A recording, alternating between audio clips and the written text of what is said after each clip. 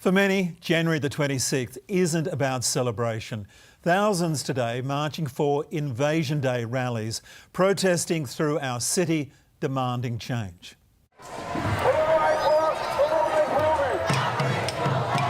Straight through the heart of our city. Not enough justice! Tens of thousands of people and a movement they say is in Australia's blood. Can you feel that? Can you feel the energy of the people behind you? Claiming the streets and calling for change on what for many is Invasion Day, Survival Day, or a difficult public holiday marking generational hurt. We've taken it back now, call it Sovereignty Day. Sovereignty Day is about acknowledging the sovereign people of this country. Beginning in Belmore Park. Our elders, our people know what happened 237 years ago.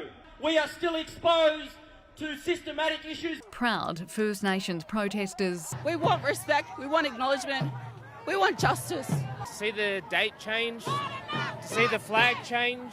And allies. I'm in solidarity with Aboriginals and the Palestinians. In unison along George Street to Victoria Park. For every beach day and barbecue, right here on the street there is a burning anger, a community determined to make their voices louder than the celebration. In Adelaide, members of the right-wing National Socialist Network confronted by police a pro-Australia Day demonstration outside Melbourne's Australian Open. In Sydney, the protest as passionate as ever. Always will be! But peaceful. Ruth Wynne-Williams, 9 News. Tens of thousands of protesters have flooded the nation's capital to mark January 26 as a day of mourning.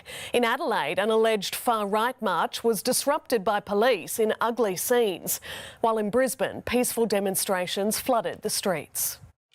Reflecting on the past and pointing to the future. It brings up a lot of emotion for us, so it's great to kind of get together. The day marked by many as one of grief, a reason to flood the heart of the city. This is not a date to celebrate, that it actually is really, it's a day of mourning. It's about celebrating. Celebrating the crimes of injustice that are being committed against our people. From all backgrounds and creeds in support of change. I myself am a Pacifica woman, so I've come out in support of other First Nations people just to show them that we stand with them in solidarity. Fresh in protesters' minds is the recent axing of the state truth-telling inquiry, which was intended to set the record straight. Truth-telling, that mourning and that, not celebrating on this day is really important. Today's rally comes with messages for federal politicians and what's likely the last big show of force before an election. Make sure no one forgets that we're here and we're still surviving. In Adelaide, police swooped on these men allegedly marching towards an Invasion Day rally. Stop! More than a dozen brandishing the National Socialist Network emblem arrested in a CBD park. Loitering, apparently. At the front of the Australian Open in Melbourne, a pro-Australia Day demonstration took to the streets. Then a God almighty roar. And in Sydney, thousands brought the city to a halt. Always was, always will be! Josh Bavis, 9 News. Police have pounced on a group of white extremist protesters, blocking them from entering the city ahead of the Australia Day, Survival Day commemorations. Of the 16 charged, all but one had travelled here from interstate, and one is accused under new laws of displaying a Nazi symbol. On a day of celebration and commemoration, chaos in the parklands.